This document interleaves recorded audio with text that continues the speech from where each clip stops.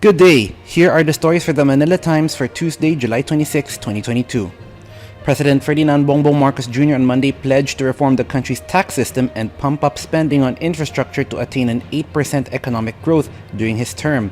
In his first State of the Nation address, Marcos said his administration will implement sound fiscal policy management to make up for the huge losses from the COVID-19 pandemic.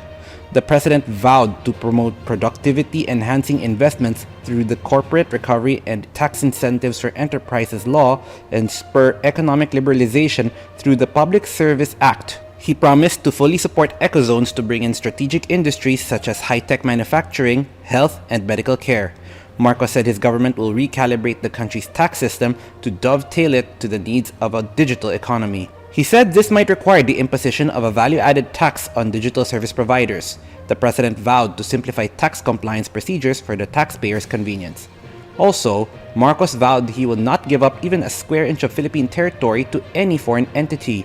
Maintaining friendly relations with other countries reaps tons of benefits, the president said, citing as an example how nations of different political stripes come to the Philippines' aid at the height of the COVID-19 pandemic. But while the Philippines is indebted for the kind acts, it will not yield to any outside pressure, and his administration will always choose diplomacy in resolving disputes, Marcos said.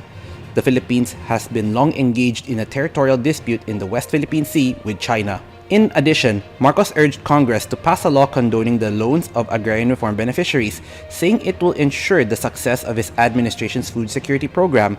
He said the proposed measure will write off the beneficiaries' unpaid amortization and interest payments. The president said the measure will cover the 58.125 billion pesos benefiting around 654,000 agrarian reform beneficiaries and involving a total of 1.18 million hectares of awarded lands.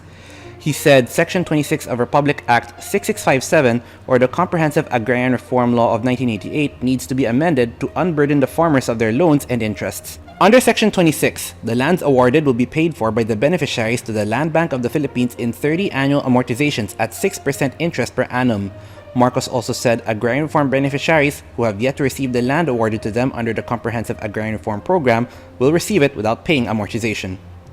The president bared several of his proposals to improve the government's defense structure in the address. The establishment of a Medical Reserve Corps, amending the antiquated National Defense Act, and the reinstitution of the mandatory Reserve Officers Training Corps and National Service Training Program will be among his administration's priority legislative measures. Marcos pushed for the creation of more specialty hospitals in other parts of the country to enhance the delivery of healthcare to Filipinos living in far-flung rural areas. At the same time, Marcos assured the public that there will be no more lockdowns despite the increase in COVID-19 infections. The president addressed the importance of having the healthcare system close to the community, especially in the rural areas lacking medical and health workers. In other news to business, the Bangko Sentral ng Pilipinas announced that it has completed the enhancement of its external debt monitoring and analysis by shifting to the latest version of the Debt Management and Financial Analysis System, or DMFAS. Its latest version, DMFAS 6, has strengthened security to ensure data integrity and confidentiality and an enhanced user experience and navigation. It also offers updated analytical and managerial tools for debt portfolio analysis and reporting. Ernest John Obiena reset the Asian men's pole vault record en route to capturing the bronze medal at the World Athletics Championships in Eugene, Oregon, USA. He's the first Filipino to win a medal in the prestigious meet.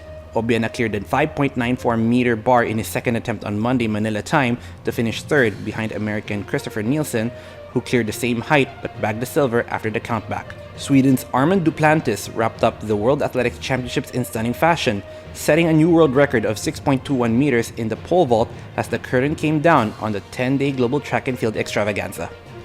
Antonio Contreras and Dian Macabenta are today's front page columnists.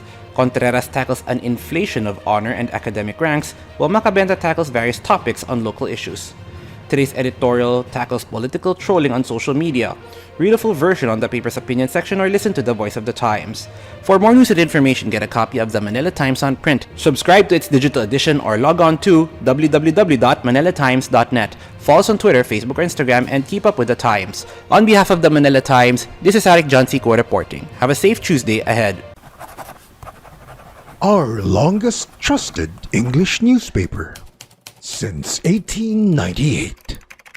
Now available digitally. Computer. Order the Manila Times digital edition. Subscribed. Get the Manila Times Digital Edition for less than 2 pesos and 50 centavos per day when you sign up for 1 year. The Manila Times, news source of choice, trusted since 1898.